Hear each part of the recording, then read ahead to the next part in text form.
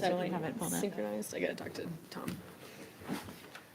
Okay, it's showtime. It's also June 27th, 2022, and this is a special meeting of the Moscow City Council. First up is the pledge. Julia? Please stand if you are able and join me in the pledge. I pledge allegiance to the flag of the United States of America and to the republic for which it stands, one nation, under God, indivisible, with liberty and justice for all. Okay, great, thank you. First up on the agenda tonight is the consent agenda. These are items previously considered by, in this case, the Public Works and Finance Committee, and any item can be removed for further discussion at the request of any council member. Your Honor, I move we approve the consent agenda. I second. Motion second, any further discussion? Okay, It was a great meeting. Julia, Aye. Gina, Aye. Maureen, Aye. Ann, Aye. Sandra, Aye. and Haley. Aye. Great. Moving on to the regular agenda, staff recognition report. Nothing this evening, Your Honor. And the mayor has no appointments tonight. So on to item number 4, which is public comment and mayor's response period. And for the next 15 minutes in 3-minute increments, we'll take public testimony on anything that's of interest and on people's minds, as long as it's not on tonight's agenda nor pending before Planning and Zoning or the Board of Adjustment. So just need your name and city of residence and you're off to it. Awesome. My name is Stevie Steely Johnson. I'm with Inland North Waste, and I reside at 1450 Mill Road, Moscow, Idaho. So I sent out an email to all city council members, Tyler and Bill Belknap, regarding the recycling center. I think maybe a month ago now, we decided we're going to review the recycling program, and I didn't want the recycling center to get lost in that. I think that we were all on the same page that multifamily and the rate structure there needed to be addressed. However, since at least 2018, our company has been losing $30,000 a month by running the recycling center. This is untenable. We can't keep doing this. And I'm at a last-ditch effort to communicate with the mayor and council because I've been trying to communicate with staff, and I think the message has been lost to get to you. So I'm just going to go over some key bullet points that I want to remind you of, and I would love to meet with all of you to discuss this further. The situation at the recycling center is untenable, and it has been for years, and the current financial climate necessitates immediate actions. INW's fees are well below industry standards, and the way the fee structure is currently constructed, disproportionately affects people living in multifamily buildings who are generally in more vulnerable financial positions. Without swift action, INW may have to default on current franchise agreements due to the mounting losses. I want to stress that this is not in any party's interest and that we want to continue doing this service for the city of Moscow. INW wants to work with the city to bring new, innovative, progressive waste management and recycling services to Moscow, services we believe the community values, and we hope the council shares these values and will help us to do the right thing by our neighbors, our community, and the environment at large. So I'm going to give you each one of my business cards, and I hope that you reach out so that we can answer any questions that you guys have. Thanks, Stevie. Thank you. Thank you. Thank you. Thanks.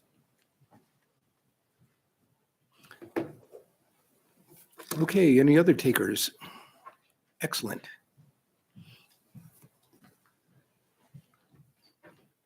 Hi, Matt Williamson. I live on Hayes Street here in Moscow. I'm not here to speak about the county's damaged justice system. So another item. I don't just find problems, I have suggestions to fix too, but identifying the problem comes first. So still catch my breath. I'm glad somebody else came up here first. Recent events have reminded me of the motto, think globally, act locally. I'm here to ask the council to reform city code to stop criminalizing constitutionally protected classes.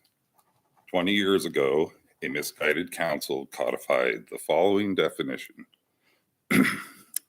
Pubescent or post-pubescent female breast, which shall include the entire breast once a female begins puberty and continuing throughout her adult life. It goes on about nipples, side boob, etc. A woman suspected of this crime is also stripped of her Fourth Amendment protections. Criminalizing the actions of women is as distasteful now as it was 2 decades ago. Act locally. Thank you. Okay, thank you, Matt. I believe this all devolves from the great car wash controversy that we had way back when. But yeah. Any comments? Anybody else? There's still time left. I do have a question for, can I ask him a question? Sure. I'm curious if there's something that triggered you to ask for that? Well, can you come back up to the I mean, I just want to know if it got enforced on some law that's never been, it's kind of an obscure law that people haven't used in a long time. Is there something that actually prompted? No, it was the car wash situation. Okay, that's right. Okay. And then it's always bothered me. Mhm. But it just seems like now it's more obvious that it's inappropriate. Yeah. Thank you. So I've been waiting for the time. So Right on. Well, thank you. So, good. Okay, I think we ran through everybody. So next up is the Water Reclamation Facility Plan presentation from Tyler Palmer et al. Thank you, Mr. Mayor, City Council. Happy to be here today to discuss the Water Reclamation Facility Plan. I guess I promised iambic pentameter and I didn't start with that, so I'll have to circle back to it. You got to give me a minute. The Water Reclamation Facility is the largest infrastructure investment in the city of Moscow. Water reclamation facilities, often called wastewater treatment plants, have undergone a lot of updates around the country over the past several decades as we have tried to make sure that we minimize the environmental impact of human activities and living in an urban environment. There's a lot of wonderful things about living in an urban environment that we all really enjoy, and I think plumbing is pretty high on that list for a lot of us. And so it's a really important facility. Our facility does treat all of the wastewater for the entire city of Moscow.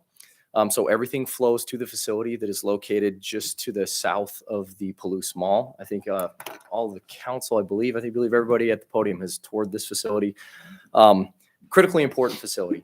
So the initial treatment plant was originally constructed in 1918 on that site. So it's been there for a long time. There's been something there for a long time. A new facility was constructed in 1938. There were 4 phases of improvements from 1996 to 2010. April of 1999 was the last time that this facility plan had been updated. Facility plans generally are updated every 10 to 20 years. You want to err a little bit on the 10-year side. And there's a lot of components that we have to look at as we look at a treatment facility like this. First and foremost is compliance with our permit. We have a permit for that facility that dictates the quality of our discharge and dictates what it is that we have to measure for. And what it really attempts to do is look at what the environment for the receiving water body was prior to development, prior to the city existing, and then trying to make sure that our discharge doesn't have a negative impact on that environment. And so it looks at things like the amount of nutrients, the amount of dissolved oxygen, the temperature. These are all things that we look at to try and make sure that we minimize the environmental impact of us being here.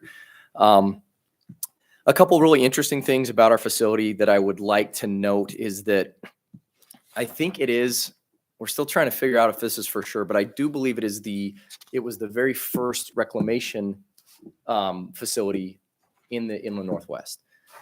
Since its construction in the late 70s of our water reclamation portion of the facility, which sends reuse water to the University of Idaho and waters all the green space of the University of Idaho, we have been able to save 3.5 billion with a B gallons of water that would have otherwise been pumped from our declining aquifers. And so it's hard to overstate the importance of that. That's something that is what Moscow has been ahead of the curve on that process. A lot of places are just starting to look at that and really trying to work on those types of things.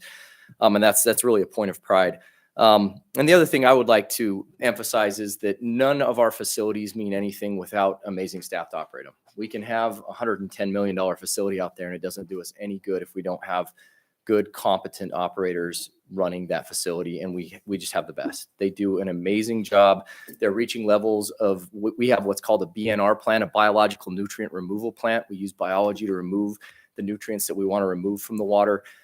And they're running that with an efficiency level that just blows the experts' minds at the level of removal that we're able to get biologically. It's really just a tribute to their dedication to running that facility.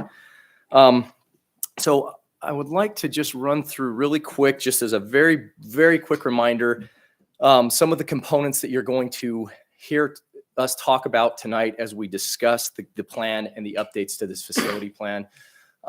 You'll see us talk about things like the headworks. So the headworks is where all of the water comes into the facility. It's where some initial screening takes place. And so there's initial screening to get out, rags, larger objects that we don't want to have enter into the treatment train. We have the screw pumps, and the screw pumps elevate the water so that it can then flow with gravity through the rest of the system. We have our selectors and our clarifiers. We have filtration. We have reaeration, and then we have chlorination. And then we have the press building, which is right over here. And our reuse, you can't quite see it in this aerial photography, but there's a tank that is right over here, which is where reuse is pumped to, that then it's transmitted to the University of Idaho. And then ultimately we have a discharge point to Paradise Creek, which is just past this little building right here, heading out toward Paradise Creek. And Paradise Creek is the receiving water body. So we contracted with JUB Engineers. JUB Engineers has done extensive work with our facility for many, many years for this update to our water reclamation facility plan. And so I'm going to invite Corey Bounty to come to the podium and discuss the outcomes of our facility plan at this point.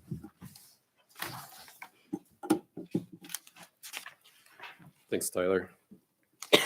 Mayor and council, appreciate you taking the time tonight to talk a little bit about the facility plan. Like Tyler said, we've been involved with Phil's facility, with the wastewater facility for a number of years.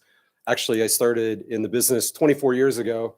First day on my internship was out at the treatment plant. So it's kind of cool. It's kind of full circle. Like Tyler said, every 10, 20 years, you write a plan. So I was involved in a lot of the execution of the last plan that was done. And it's an honor to be part of writing the plan today. I also wanted to echo what Tyler said about your staff. Your staff are awesome out there. We do a lot of work around the Pacific Northwest at treatment plants. And when we brought our wastewater staff in from some different offices, our Coeur d'Alene office down, one of the best plants there as far as cleanliness. You see that when you do your tours. Things you don't see is they keep them on maintenance. They're making equipment last 5, 10 years longer than it normally would, not being taken care of. So just kudos to your staff. What we want to do today is, Tyler covered a lot of points. I'll kind of go into a little bit more detail. Try not to bore you with the engineering side of things, but more kind of the global look. If you want to have any questions about getting down in the weeds, please feel free to ask and just interrupt me along the way. Want to do a little introduction. We'll talk a little bit, as Tyler said, about the Tmdl and discharge permit. I kind of gloss over that to the most point. That's kind of the basis of our analysis. Really talk about the facility plan overview, what we saw when we evaluated the treatment plant, and then just a brief discussion on what the rate impacts of what we're recommending in the plan might look like. So I think Tyler covered this slide, mostly 1918 start. You've done 4 phases over the last 20 years, investing a lot of money in the treatment plant. And like Tyler said, it's operating fantastic, mostly due to your great operators. So the project scope, we're really looking at evaluating the performance of the treatment plant, understanding how it's functioning today, right, with the limits you have today. Look for improvements that you need to make in order to meet known discharge permits. We also looked at alternatives to address effluent temperature. That's something that's been in your permit for a while. We've done a lot of work along the way, and I'll talk a little bit later about some of that work that we've done. Now it's time to take action and do something there. And that's the EPA guidance stuff that we're trying to get into compliance with Temperature. the temperature stuff. Okay. And then talk a little bit about an improvement plan over the next 20 years. What does that look like? You don't have to do everything in the next 2 or 3 years. So how does that look over time? Tmdl Mpds permit, lots of acronyms, total maximum daily load established, basically for Paradise Creek. Of all the things that you have to deal with in your Tmdl, you're doing great, except with the exception of temperature, something that needs to be addressed. And then the Mpds, National Pollution Discharge Elimination System, now IPDS, Idaho took over that, is in the process of writing a new permit for you guys, but the schedule is still unknown on that. They've taken pride. Other communities have made those a priority, partially because I think temperature is a hard one to write a permit on, so they're saving that for once they get a little bit more experience. Here's your current limits. I'm gonna skip that. Lots of detail, small text. Talk a little bit about how the facility plan is organized. I believe you guys got a copy of the executive summary, so this is a brief of the executive summary. So the executive summary, kind of cliff notes of the plan. Go through an introduction, planning area, environmental. That really just talks about why we're doing the plan, what your environment is with the city and things of that nature.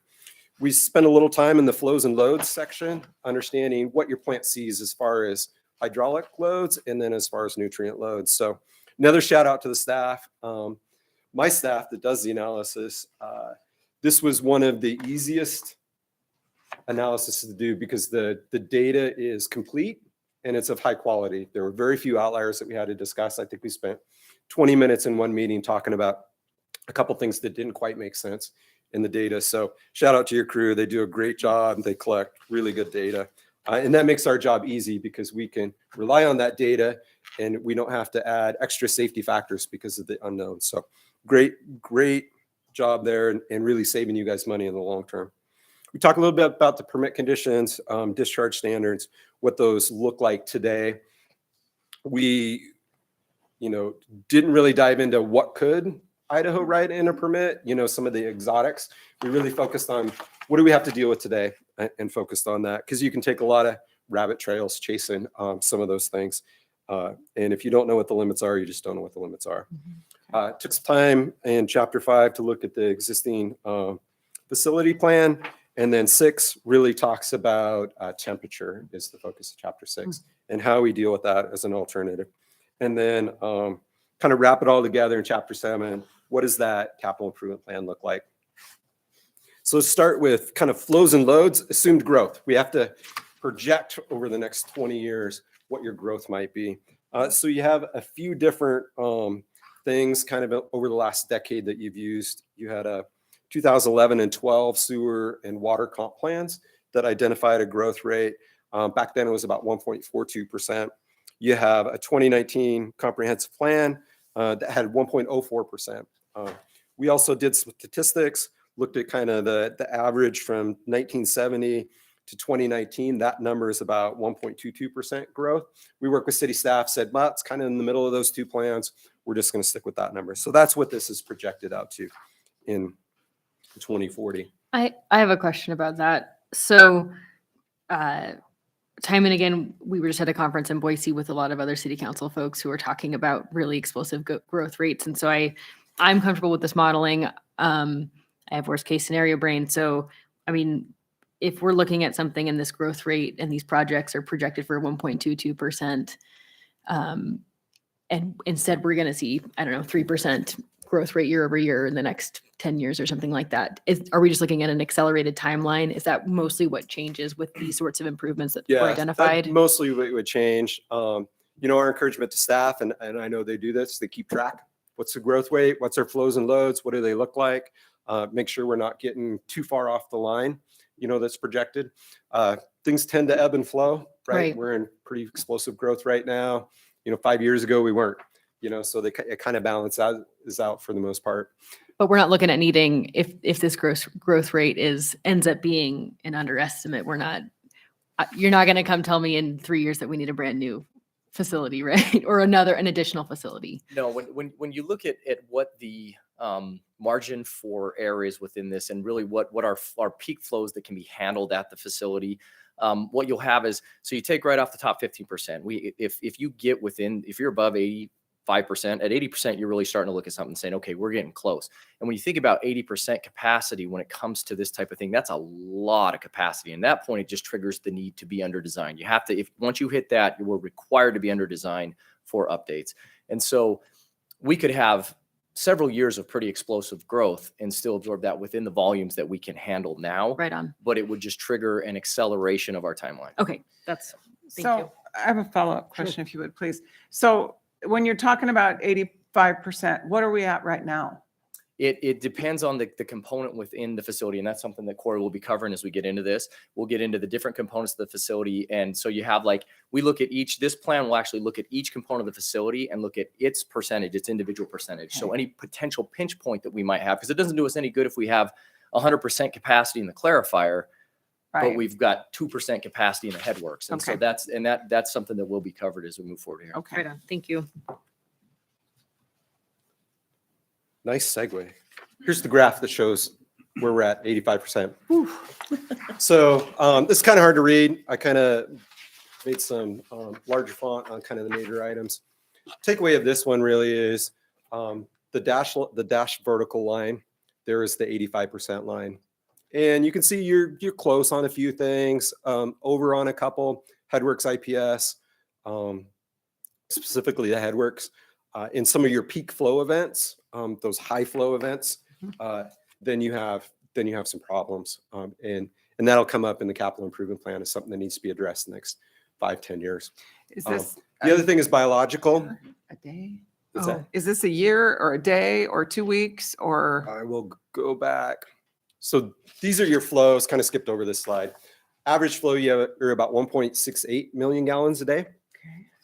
Right now, you had a peak flow event. It was April, I don't remember the date, in April of 2019, that you hit 16 million, or we estimate 16 million. It actually pegged out most of the flow meters of the plant. So Which is also rain in addition to human activity, Yeah. right? Okay. everything's flowing into the sewers that is not sewage, just water.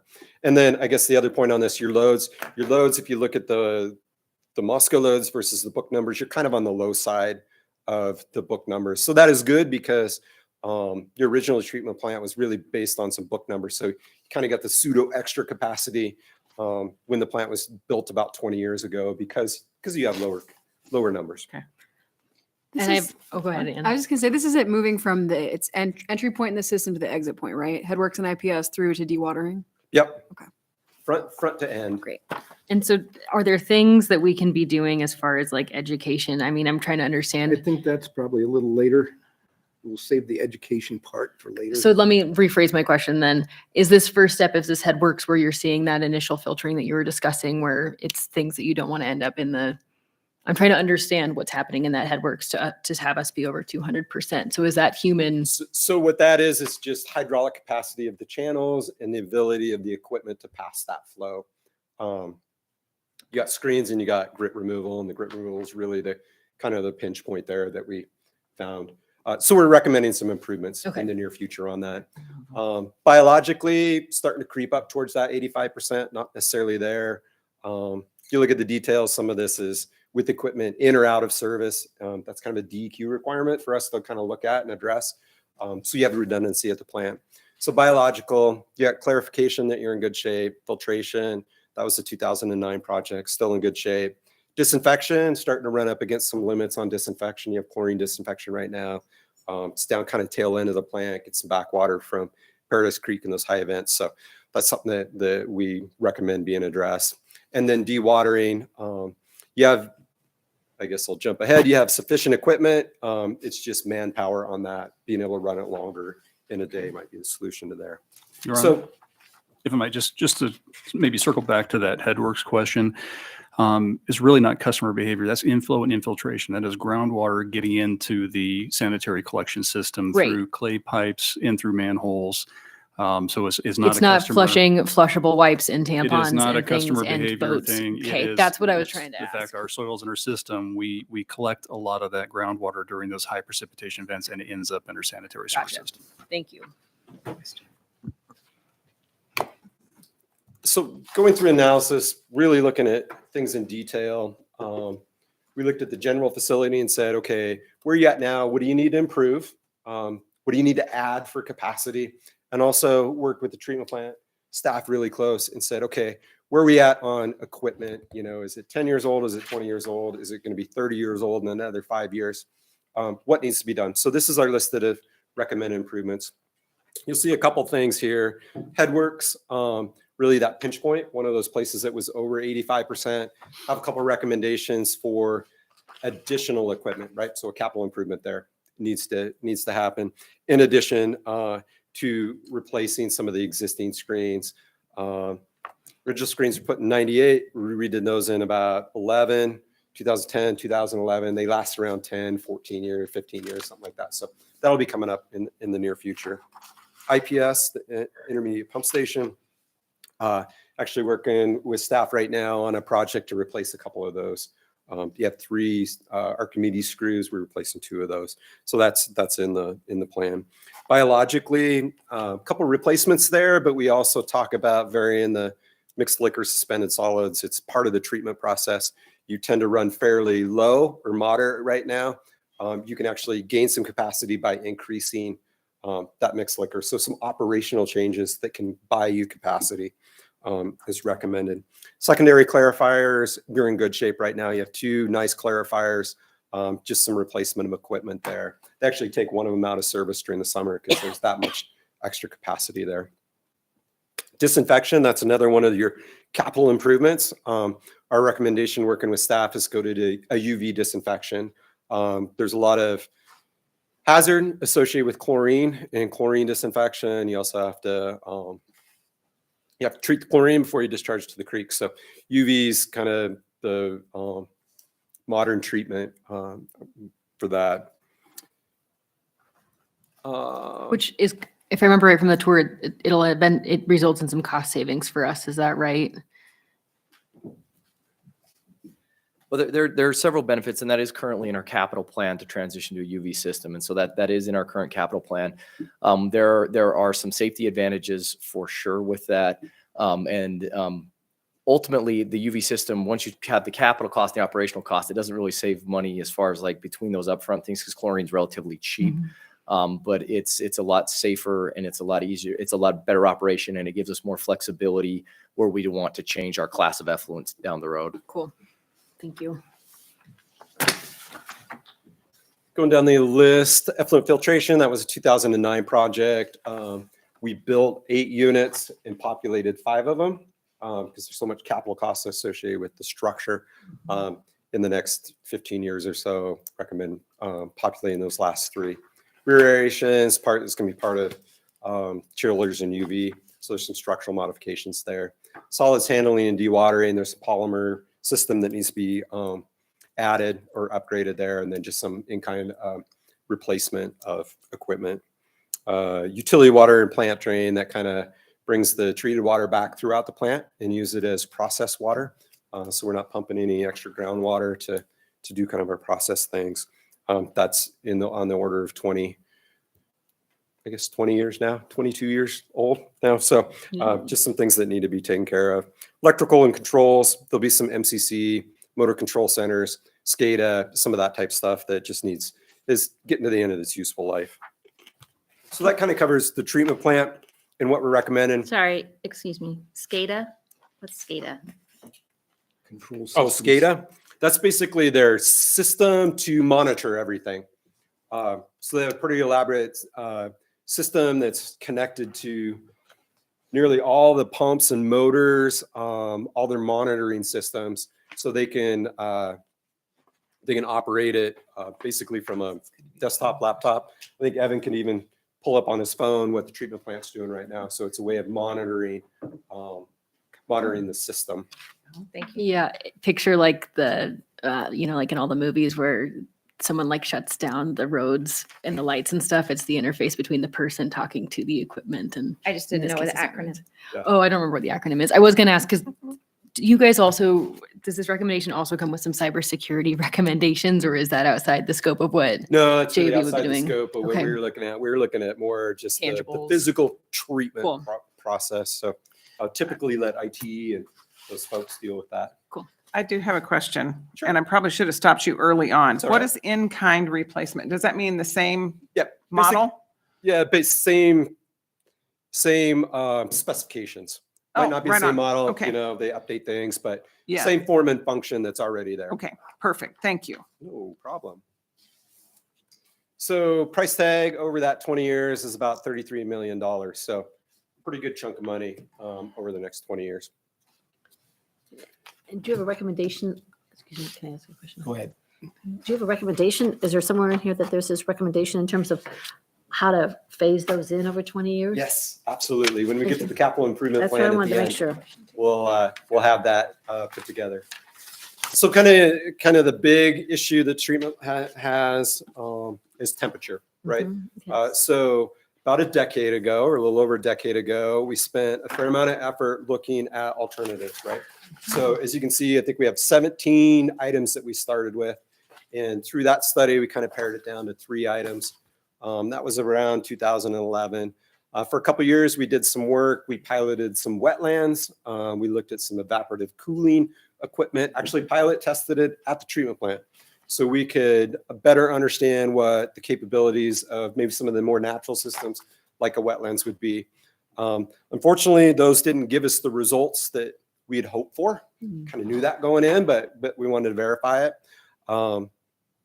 So that kind of led us to kind of the basis of where we started this plan from. So I'll back up just a little bit. This temperature curve, what it does is it illustrates some variability within your temperature permit. So if you sum up the area under the graph, that's how much water you actually have to dispose of, not in Paradise Creek, in order to meet your temperature commitments. So you see the red, a relatively large or relatively small amount of water versus the blue, which would be an enormous amount of water, or kind of your worst case scenario. So it shows you kind of some variability that goes with temperature.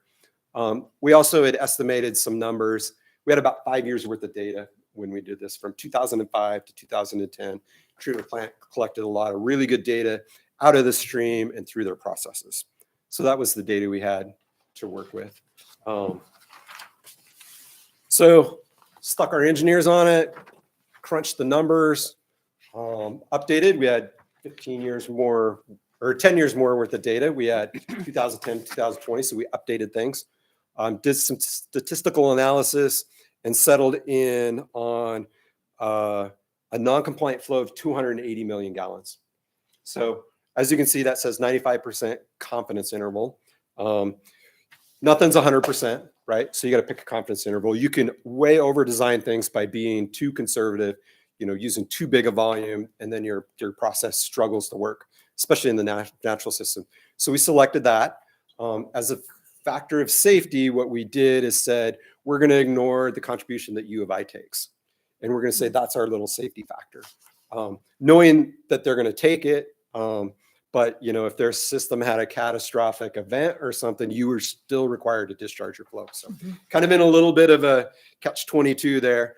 So this is how we addressed it. We stayed with the 95% confidence interval and moved forward with our analysis at that 280 million gallons is our target flow to treat. Any questions on that? So what we did is we looked at 3 alternatives. Alternative 1 is storage and evaporative cooling. Alternative 2 is land application or reuse. And alternative number 3 is chillers. So I'll go through kind of a real summary. If you want the details, there's about, 170 pages. I saw your binder of when you came in. appendices So. in chapter 6, really cool stuff. But I'll break it down. So storage and evaporative cooling, kind of the key points there is we'd be looking at 254 million gallons of storage. We're able to discharge a little bit kind of during the seasons and stuff. That's why the 250, not the 280. That's about a 55-acre lagoon. So to give you a sense of what that size is, Joseph Fields is about 20 acres, a little over 20 acres. So it'd be 3 of the Joseph Field complexes of lagoon storage. So an enormous amount of water. We'd have some pump stations to move it around. Land acquisition, you'd probably need 60 to 70 acres to do that. And the closer to the treatment plant, the better. So one of the disadvantages, finding suitable land, right? Right. That wasn't part of our task. We said, okay, if it's within an X amount of difference, distance, this is the cost. Some advantages, meet that 95% confidence interval at 280, relatively low operating maintenance. We're basically pumping things back and forth. There are some potential water quality impacts to the treatment plant. We have to bring that water back at the end of the summer once it's cooled off and discharged to Paradise Creek. So we have potential algae growth and some of the things that water does over the summer, right? We may have to operate the filters year round and kind of deal with some of those things. So definitely disadvantage there. And significant capital costs. We estimated about $31 million to do all of this work. A large portion of that land acquisition, building a storage reservoir, safety of dam stuff that you got to deal with that bigger reservoir. Present worth O&M, basically we say over the 20 years, we bring it back to present value, and that's about $2.9 million. I don't know that I understand present worth operations and maintenance. That's what the operating cost would be on top of? I'm not Yeah, sure and I that's over a understand 20-year period. So we take each one of those years and we bring it back to this year based on economics. that. And so that's And it what, just makes it easier to compare the alternatives. and you're saying it's pretty spot on for O&M given what we do right now. That's our estimate of what this is additional to what you do. This is Gotcha. on top Thank you. of On what you top do. of, got it. Alternative number 2 is reuse and land application. A different scenario here, about 183 million gallons, so a little bit smaller in storage lagoon because we're irrigating through part of that season. Again, pumping to and from, land acquisition being a big ticket item here, 350 to 450 acres. Some more detailed work that needs to be done. You know, we assumed you'd raise alfalfa or something like that where you could get multiple crops off it. There's rotation, lots of nuances to that. Advantages, pretty much the same as the first one, 95% confidence interval, low O&M. Again, challenges, finding 350 to 450 acres of land around town could be very costly and very difficult. And we'll talk about how that played into some of our selection in future. Regulatory permitting, just lots more to do regulatory wise if we're going to implement and run a land application site. And significant capital costs. Again, that land is a huge component of that. So capital costs looking at 45 million, present worth a little bit more expensive than just the storage and returning it to the treatment plant. Excuse me. 4.6 million in present worth. Alternative number 3 is chillers.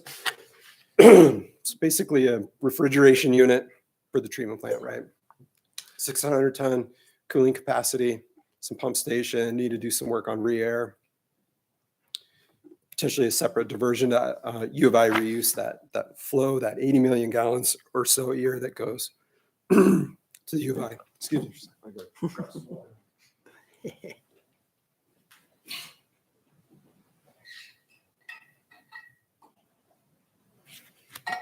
Advantages, fairly low capital costs when you compare to the others. All the work can be done on the treatment plant site, so you're not pumping water to and from the treatment plant, and you're not buying land. We could treat up to 2.8 million gallons with this system. Remember, you're about 168 right now is average day flow, and up to 22.8 degrees C. That's kind of the upper end of the temperatures that we'd be dealing with. It's on demand, which is a benefit, right? Turn on and off as needed. If you have a cool summer, a lot less use of the chiller. Have a warm summer, you just turn them on. So it's operationally fairly easy for the treatment plant and the operators to use. It's got a small footprint. You'd have 3 units, 300-ton units, 2 of them duty and 1 on standby. They're roughly, they fit on the back of a tractor trailer. So they're 20 feet long, 8 feet wide, 8 or 9 feet tall. So fairly small. Modular design. You know, some of to answer your question on expansion, if you saw growth, yeah, you could add another one of these fairly easily. Disadvantage, higher O&M costs, and that's mostly due to power, right? It's BTUs and energy to cool it off. So capital costs, much more reasonable at $5.8 million for the structure and the supporting items that go with the chillers. Present worth, again, a little bit higher because of the energy consumption, $5.8 million. I have a couple of questions. Sure. So one is, did you compare the energy use between these three alternatives? Sorry.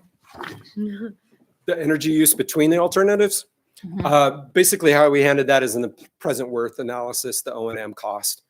So it's combined within that O&M number. But there's no like, given that we're working on our climate mitigation plan, is there, can you pull that out in terms of how much energy will be used for each alternative? Yeah. It is something that we can look at independently, and it is something that was certainly considered as we look at these alternatives. It's actually been one of the reasons that we have gone through many years pained with trying to meet this temperature requirement in hopes that there would be an adjustment to the temperature requirement that could give us a little bit more flexibility with our options for how we might move forward. Obviously, the energy use with the chiller was a primary concern as we looked at the chiller as an alternative. In the last several years, conditions for that have changed quite a bit, especially with Avista's carbon neutrality on the electric side, because these do run on electricity. So by the time we had this implemented, 2027 is when Avista's commitment is for energy neutrality. And so then that has a pretty big impact on the equation when we look at the impact, the environmental impact of the chiller, since the electricity is really the primary driver of that O&M cost and the environmental concerns. Okay. My next question on the alternatives is kind of random, but you talk about land acquisition for alternative number 2 being 350 to 450 acres so that you can apply this reclaimed water to an agricultural site, but is the option of working with an existing private agricultural, a farm? Sorry, let's just call it a farm. Is there that option? Why would we have to acquire the land in order to apply the water to it? Could we work with an existing farmer? That's always a possibility. We felt kind of in the analysis, the most to reach that 95 confidence interval is maintaining control of that as a city. It's fairly important. You can do that, right? But then you have lease. I guess the way I look at it is if the city owns it, they are looking at water disposal as the outcome. If a farmer's using it to grow a crop, his primary purpose is to grow a crop. So there's some conflicting issues between crop growth and water disposal, chemical application, fertilizers, things of that. If you're going to maximize your product, which farmer wants to do, they're going to dump a bunch of nitrogen and phosphorus on it. One of the limits that you have on a land application system is monitoring nitrogen and phosphorus and making sure you're not impacting the environment from that. So there's some competing ideas there.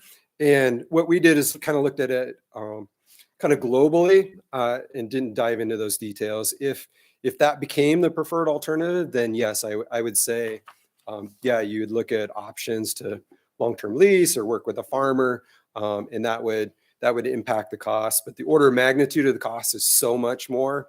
We felt like that wasn't necessarily worth digging into the details on that specific point. Okay, thank you.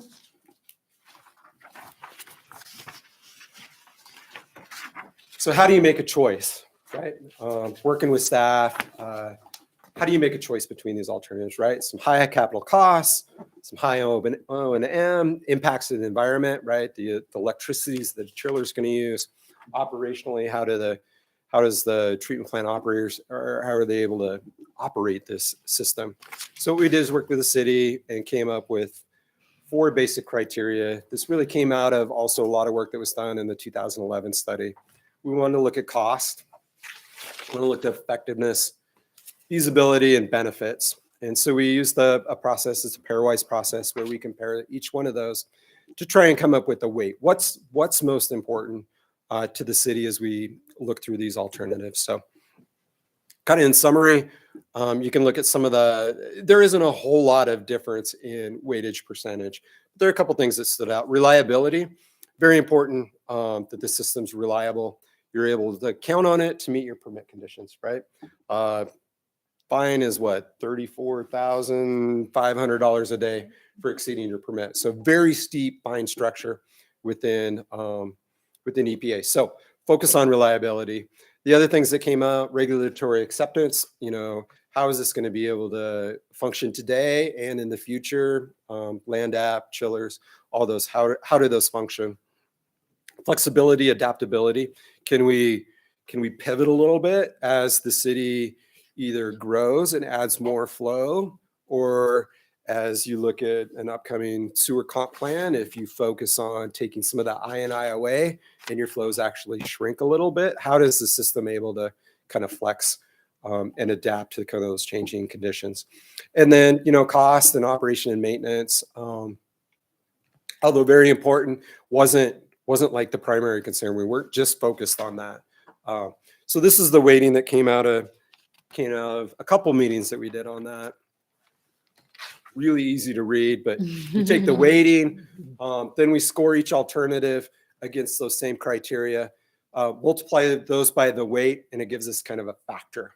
The higher the number, the more attractive based on that weighting and the ranking that we did.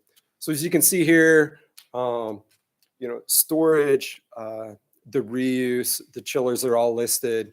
Those weighting factors against the ranking comes up with a number. Basically scroll down to the bottom on the totals, the higher number being a better score. Basically, we scored everything 1 to 5, 5 being the highest score. So we ended up with 457 as an alternative on the chillers, 337 for storage, and 263 for reuse. So we also look at this, sensitivity analysis. If one or two things changed, if our ranking or our thinking changed on thing, would it actually affect the outcome? And there's such a difference between the scores. It really didn't, right? You changed the numbers fairly significantly with the weightings, and the chillers still came out on top. So that is what we were recommending in the facility plan with staff input, is that you move forward with that option of implementing chillers to address the temperature requirement.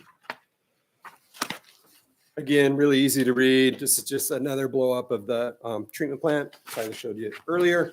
And what we did here is talked about kind of 4 time phases, 0 to 5, 5 to 10, 10 to 15, and 15 plus 15 to 20.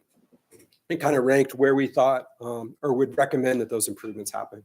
So I kind of summarized that in one slide to make it a little bit easier.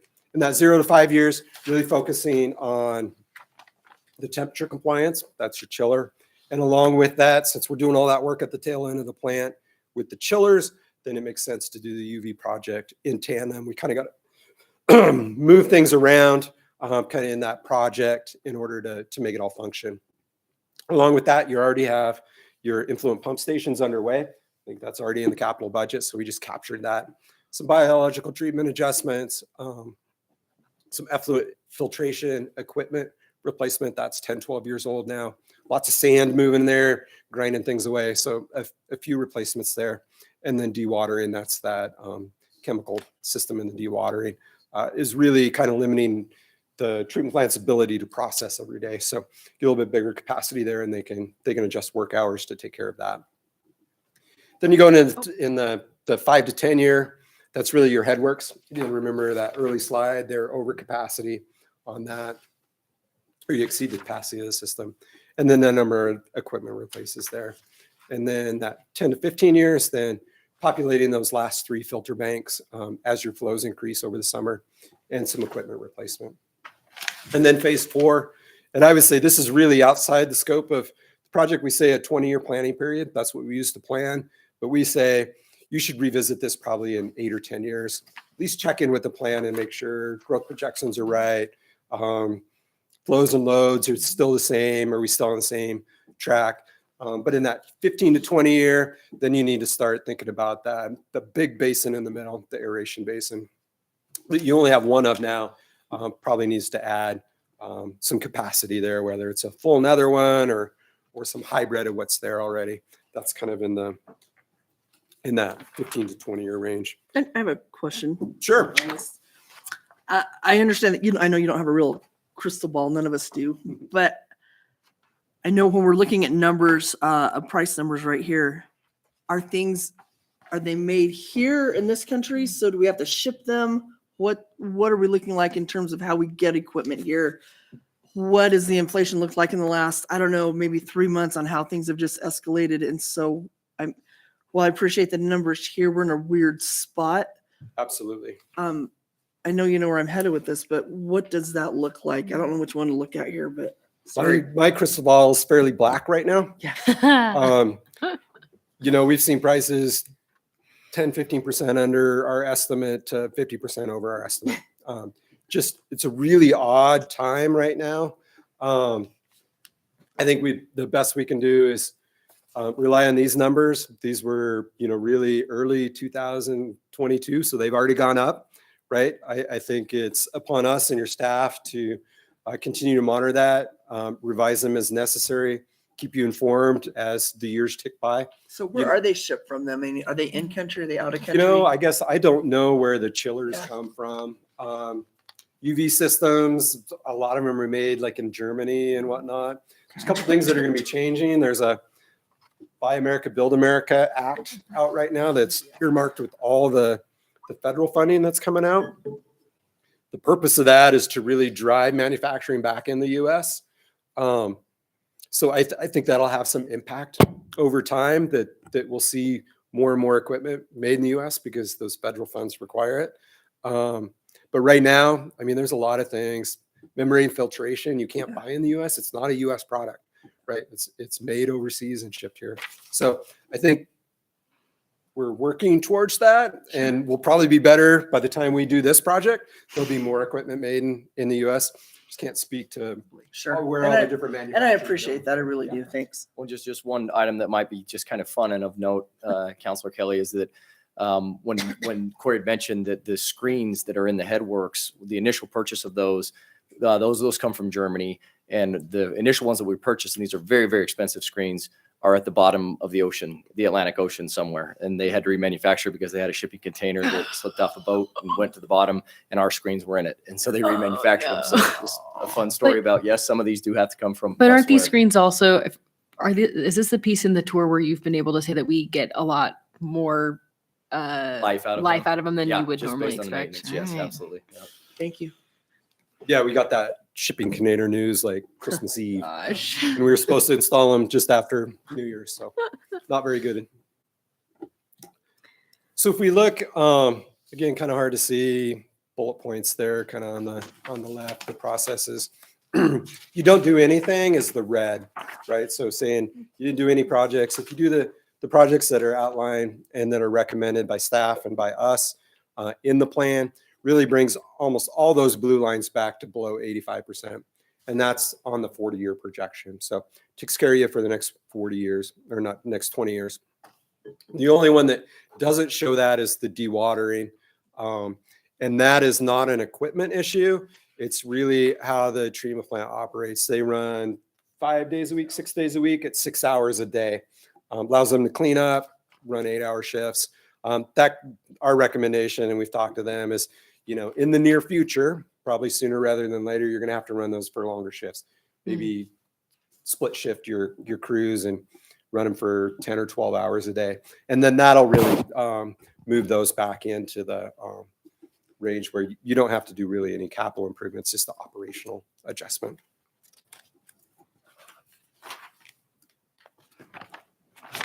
Cost-wise, I think Tyler's going to jump in here. We did just a quick and dirty evaluation. If you do each one of these phases, what might that look like as an incremental cost to each one of your ERUs? So, Yeah, I think the main point of emphasis in this is the council may recall that in 2020, there was a water sewer rate study that was conducted. The numbers that we have within this plan are consistent with that rate. So we do not anticipate accelerating the rates that were recommended in that 2020 study. And for the sewer utility, that was 2.25% annually. That is the percentage that we'll stick with, and we can meet the provisions of this plan within that 2.25%. So we won't be proposing a relook at that rate study. We plan to run that rate study to its termination. And then kind of what are the next step? If the city council chooses, they can approve the facility plan. We would submit that on behalf of the city to Department of Environmental Quality for approval. We did that back in April. We said, hey, take a look at this. They can't approve it until you guys approve it. So, but they sent just a couple minor comments back that then addressed in the final plan that you got. So should be good to go. DEQ would approve the facility plan, and then we would work on with staff on the design and construction of phase one, specifically the temperature solution, and then UV and a couple other minor items that kind of touch that project. So that would happen here in the near future, probably, to kind of meet the timeline of your previous rate study. So that's all I had. Hope I didn't bore you with too many details. I have two more questions. Oh. Okay. One is probably Tyler. When we look at that aerial map of the facility, the area, do we own more property around that, or is that owned by the university? No, it's an interesting question, Councilor Parker. There's actually the property boundaries. One of the things that we have to clean up is there's the way that it's constructed. We actually don't think it's super accurate. We think there's a little bit of university stuff built onto what the city property is, and some of our stuff is actually built onto the university property. But we're pretty tight in there. The land, the wetlands where we ran the wetland study, which is the land that sits directly to the west of the facility, is owned by the university. That's not our land. There has been some discussion about land acquisition, land swaps, et cetera, with some of that land that's around there. But pretty much we're in a pretty tight footprint. What you see there is what we own there. Okay. My second question is, you have your federal permit right now, and it looks like Idaho is creating its own permitting process. So Does one supersede? Well, I assume the federal one supersedes the state one, or? What happens is a state can pursue primacy, and what primacy allows is for the state to take over oversight of the Mpds permit program, but that is with ultimate oversight of the EPA. And so the state has to comply with the EPA guidelines. It's just the state administers the program rather than the EPA administering the program directly. So it makes it so that we're no longer interacting directly with Region 10 of the EPA. We interact with the state, and then the state interacts with the EPA. Do you anticipate any changes in the rules with the state taking over? No, we don't anticipate any rule changes. We are, as Corey mentioned earlier, due for an update to our permit. We do not anticipate any real significant changes in the requirements in our permit. The one item that has been under discussion a lot in flux is where temperature may or may not end up. That's one of the reasons that the recommendation for the chiller makes sense as well, because it allows us some flexibility if that target moves. So if, for example, the temperature requirement changes in our favor, then we don't have to run the equipment for as long. And with the primary cost being the energy use of the equipment, then we can see some pretty significant change, some pretty significant savings. But on the flip side, if the temperature standard ends up being where it is now or to our disadvantage, we can add cells and still meet the provisions of the permit. And we're not locked into a massively expensive infrastructure project that in theory could then not meet the confidence levels that we would need to be able to meet the provisions of our permit. Thank you. I'm done. Oh. Don't swear it off too soon. You never know. You have a question? I have a question. Yeah, this is a Tyler and Bill question. How many of the improvements in phase one or other phases are already in our capital improvement plan? So most of phase one is incorporated. There's a few additional elements that are not, but we do have 15 million in accumulation in the sewer capital fund already. And you'll see in the proposed FY23 budget design expenses for the UV disinfection and the chillers. So most of phase one is already included in our capital plan. Is anything from the other phases included? Or is that down the road? I'm not sure if we The disinfection temperature is also included. So Yeah, it's all just the phase one project. phase So an additional basin, because that's further out on the That's tour you further out. mentioned, that's And, further out. Okay. and Councilor Zabal, I think one thing that's important to recognize that Bill mentioned earlier is that, when we look at things like, for example, the headworks, that is largely based on peak flows, and our peak flows, our I&I, our inflow is really high, and we want to minimize that as much as possible. And so the improvements that we have slated for the conveyance system, so as that comes before council when we're doing pipelining, pipe replacement, that really helps on the flip side bring the influent numbers down, because those peak events are really what are driving a lot of these percentage pinch points. Because regardless if it comes into the system, whether it's rainwater, once it's mixed with that sewage, we have to treat it. And so it's far better for us to try and keep it out of our sewer system. And so the conveyance system improvements will help bring that number down as we conduct the improvements at the facility.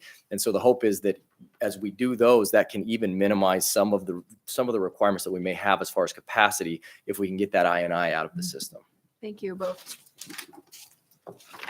I've got a couple of questions, Go. and they may be Tyler questions. So it makes sense that the scope of what JUB was working on doesn't necessarily look at the human factor of this, but I'm wondering, I'm trying to remember how many folks it takes to have our facility be up and running. And I know we've got a lot of long-term folks who've been there and a couple newer faces.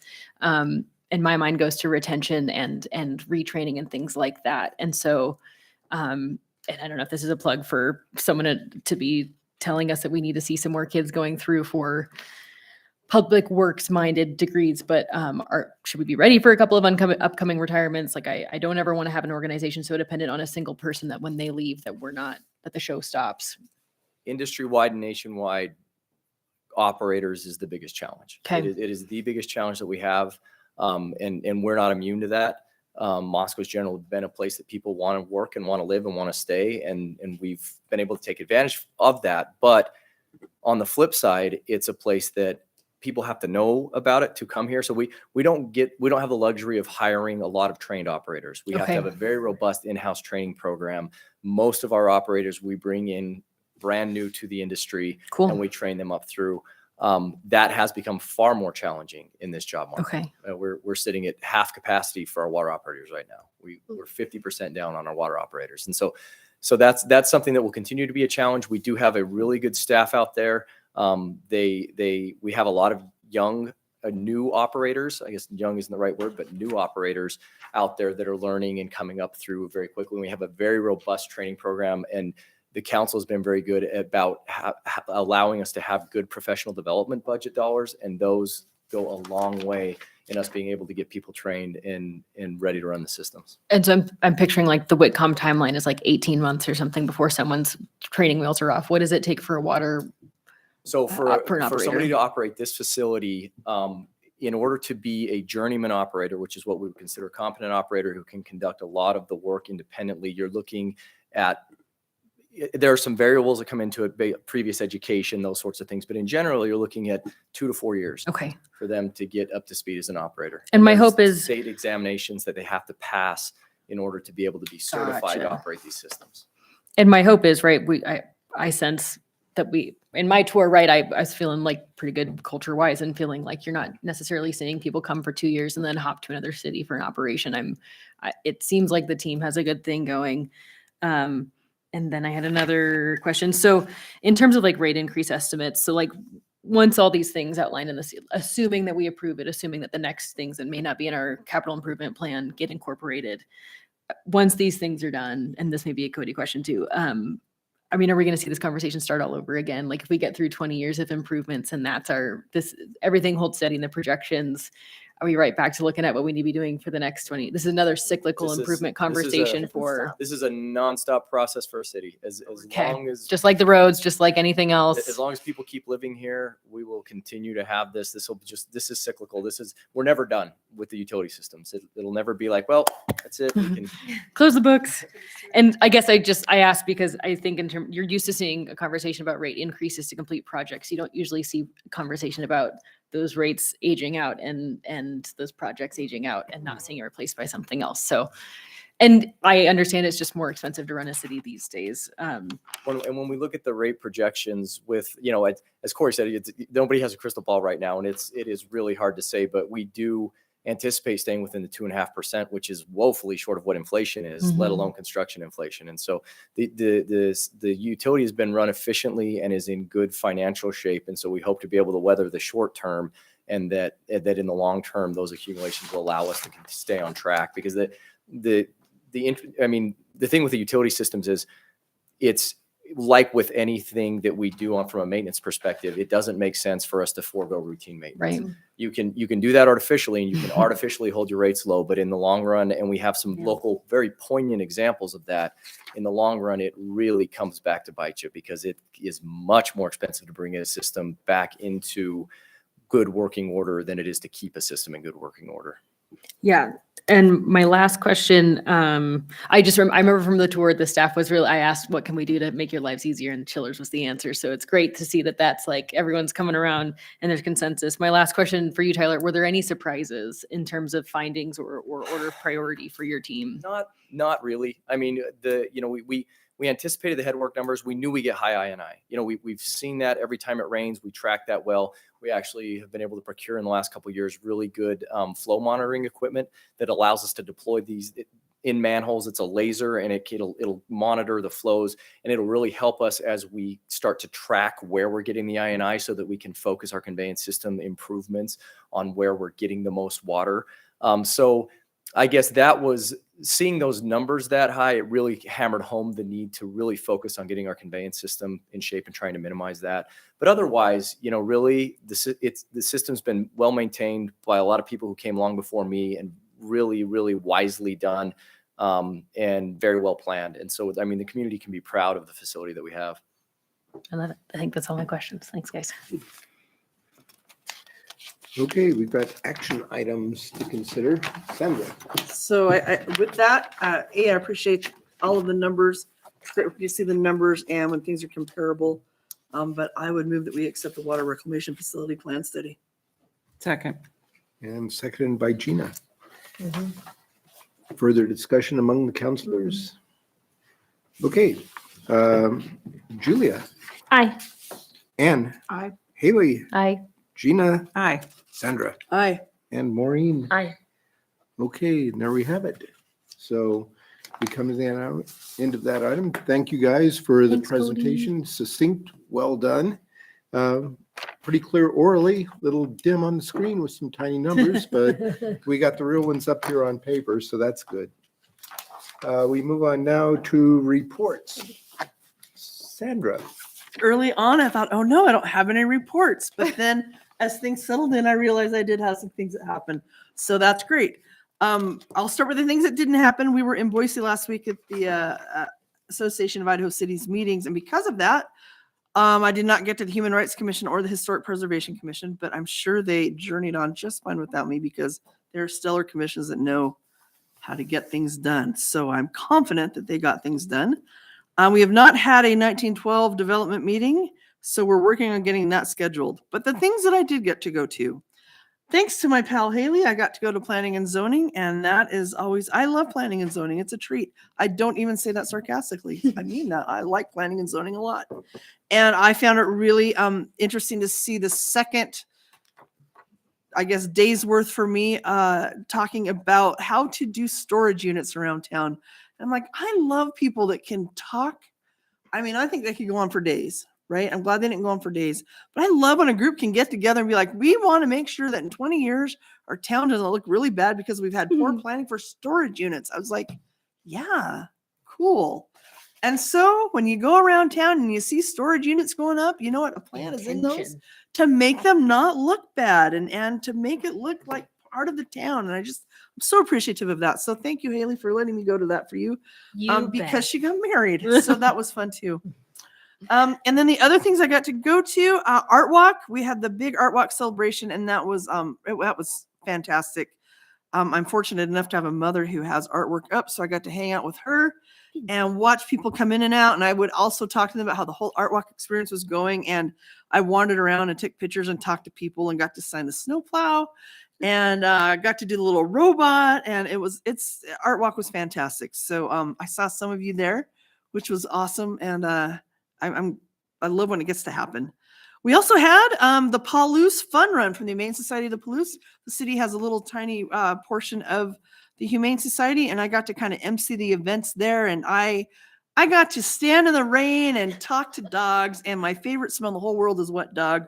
So I smelled great all day long, and it was awesome. I had the best time. It's one of my very favorite events. Second to the Howling at the Hamilton event, So when I good. get to hug wet dogs all day long.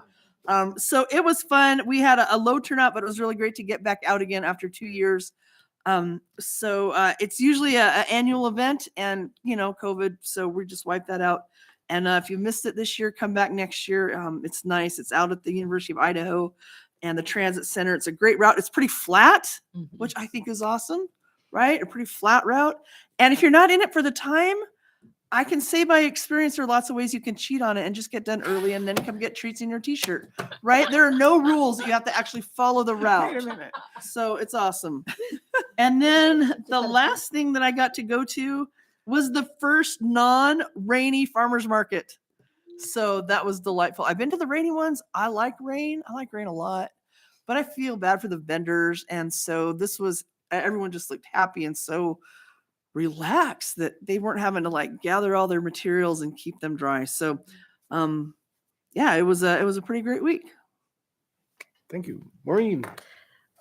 Well, I did many of the same things. I want to say that we showed so well and at the art commission. There was arts commission meeting followed by art walk, and I want to say Public Works killed it.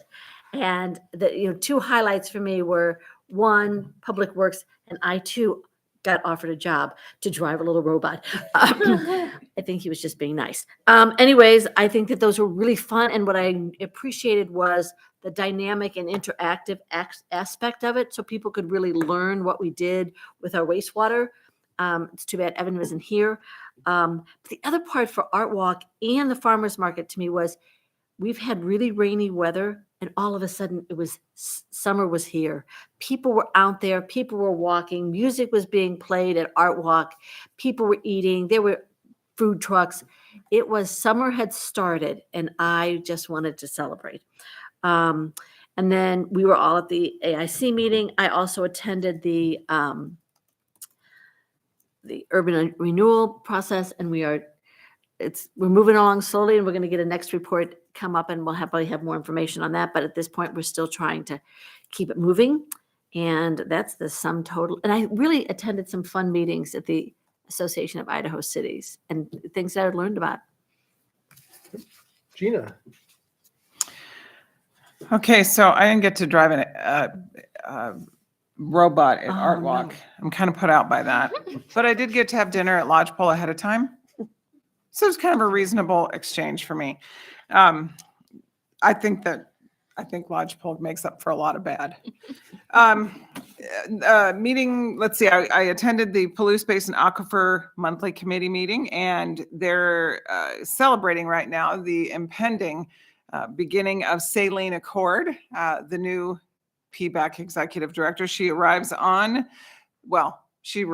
before her first day, but she'll start with PBAC on July 11th. And I think Saline, being her name, is kind of awesome, seeing as how saline in water.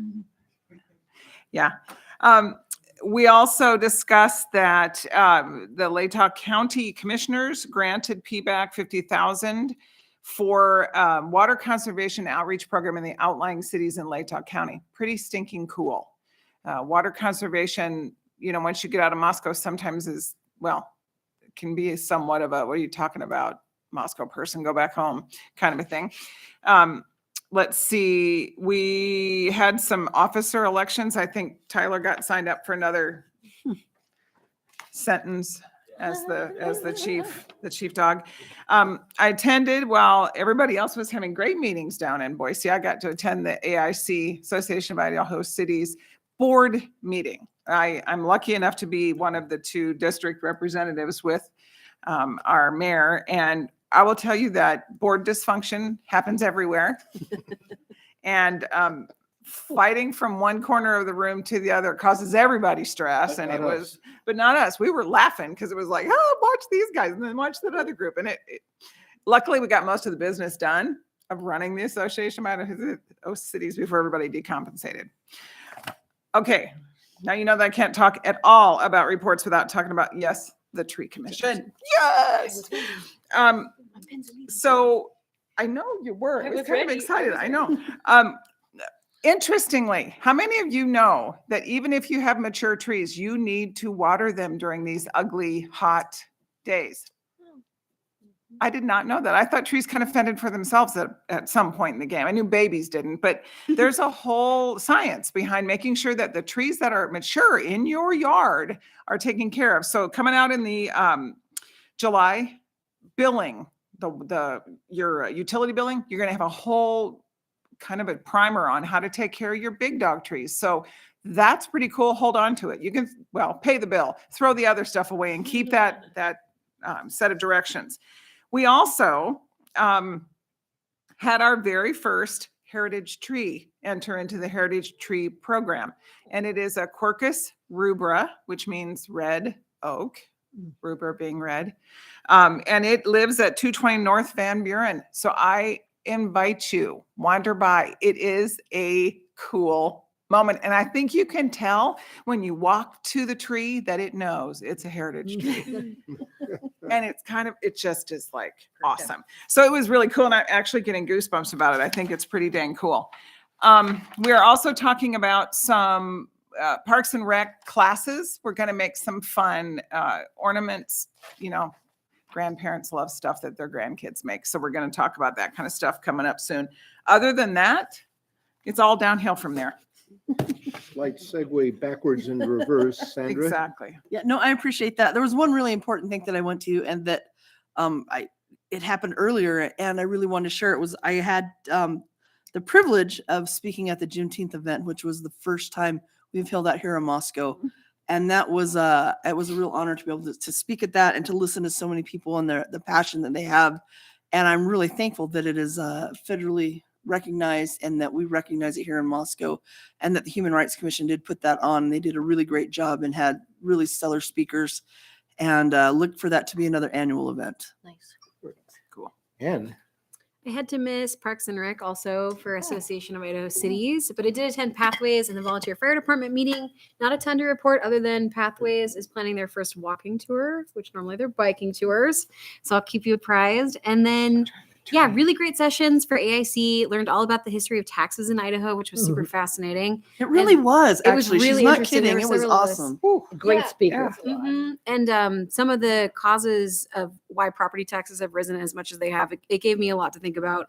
And then all kinds of other stuff, disability-friendly development, some really good info on housing. And for me, success at that conference always looks like coming back with some new ideas and making some connections, because other cities, even small ones, are doing really cool things that we can think about implementing too. And that's all for me, other than I think I'm going to stop by the heritage tree on the way home. Yeah. 220 North Van Buren. Haley, Yeah, we before I forget, because Amanda will be very disappointed in me as the farmers market liaison. Farmers market, the Moscow Farmers Market is in the running for top farmers market in the country through the American Farmland Trust. And so if you go to markets.farmland.org, you can put in your vote and we can win potentially $10,000, which would be pretty cool. And also the plug a program that I didn't know about until I happened upon Amanda with my bike helmet. We're part of a program, and I can't remember the name of the program, but if you bike to the market and check in at the city booth with your helmet, as a safe biker, they will give you a $2 token to spend with any of the vendors in town. So I've been saving my tokens, and I don't know, maybe I'll buy a cool spoon thing from Spoonfoolery, but very cool. Very much, I haven't in the commute in the rain yet, but it's worth it, and a pretty neat program that they help manage.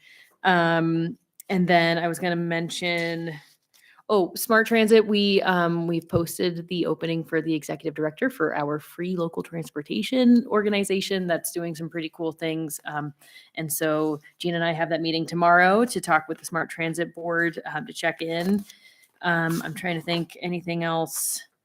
AIC was really cool in Boise. Connected with some cool folks in town. It's really cool getting to see what what elected officials look like in Idaho when you sit them all in a room. And it's pretty neat. I'm with Ann. I think there's some new ideas to talk about. I think there's some things we can be doing. Some vendors had some ideas, and while I'm not sure how I feel about the idea of us just going with a vendor because they presented at a conference, I think there's some really unique pitches and ideas that we can talk about with our teams and staff. And I'm checking my notes, guys. I feel like I'm supposed to say one more thing and I don't quite remember about this weekend. So if it comes to me, it'll come to me. But anyway, yeah, how the heck is it July on Friday? I don't know. Time has no meaning. It's great. Life's great, guys. Hang in there. Julia. Okay, well, my fair and affordable housing meeting was canceled this month because everybody has scattered out of town. I also went to the Idaho Association of Cities conference, the Association of Idaho Cities conference. And went to some great sessions on childcare in Idaho, trying to understand taxes, legal issues, and then we had a really good presentation on economic development. So those were great sessions. On Saturday, this Saturday, July 2nd, which does seem weird that it's July, the Sustainable Environment Commission will be at the tabling at the farmers market, so stop by and see us. And I let Maureen go to my SEC meeting because she was here and I was not. Since I was at the SEC meeting, and it was a great presentation because we had multiple people speaking. Our own Elizabeth was up there speaking, Landis. And so we were really looking at the issue of climate change from different perspectives. And it was not as well attended as I had kind of hoped it would be. One of my concerns was we had a little power shortage right in the beginning. So I thought it was done. And then I find out from Tyler that we have a generator, and then I go running in there, and some people were already there. But I thought that the rain and the water, particularly the power outage, was somewhat of a major drawback for some people to attend. But I thought it was something that they had pulled together, and there was a great presentation. So thank you, Elizabeth. Okay. For me, everybody's covered everything that I was up to, specifically the Association of Idaho Cities.